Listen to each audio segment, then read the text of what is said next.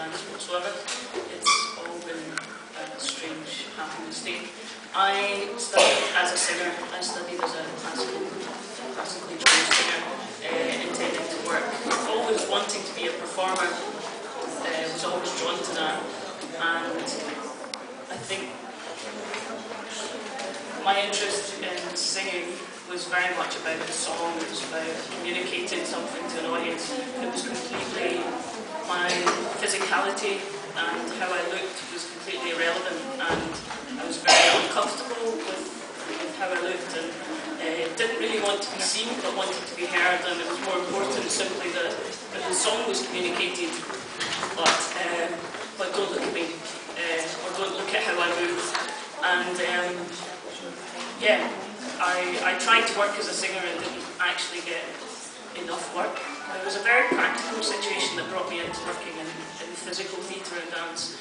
I couldn't make a living as a singer, so I began to look at how could I expand my skills as a performer and be more employable as a performer.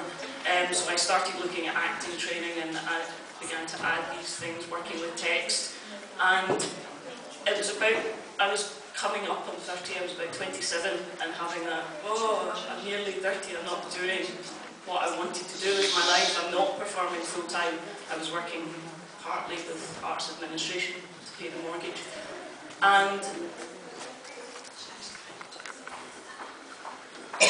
then I had a strange notion that I might be able to do aerial work.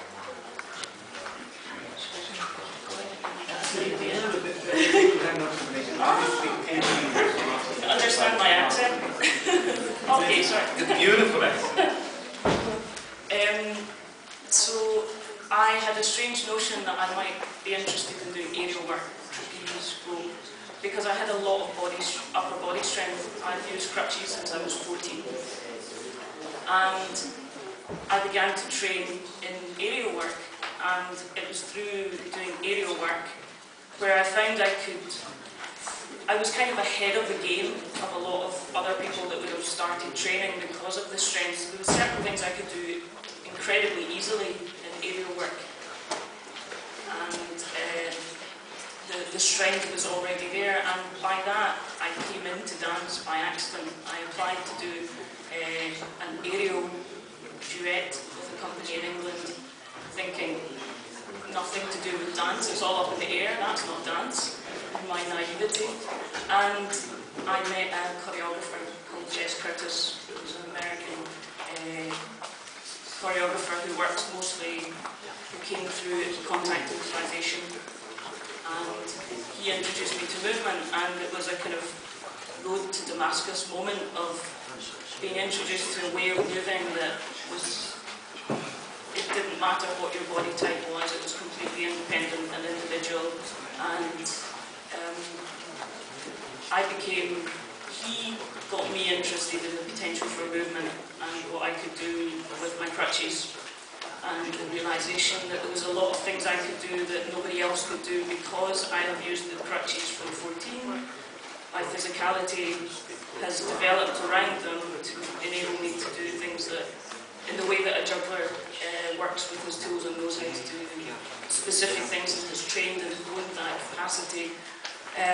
He changed the context in which I looked at my body and the way that I looked at my crutches, and actually kind of encouraged me to understand that there was a virtuosity to the way that I worked with them, which was not only specific to using crutches, but was specific to me in that not anybody using crutches did not do what I did with them, because I was really interested in balance, playing with weight, walking up walls, things that, yeah, if I may just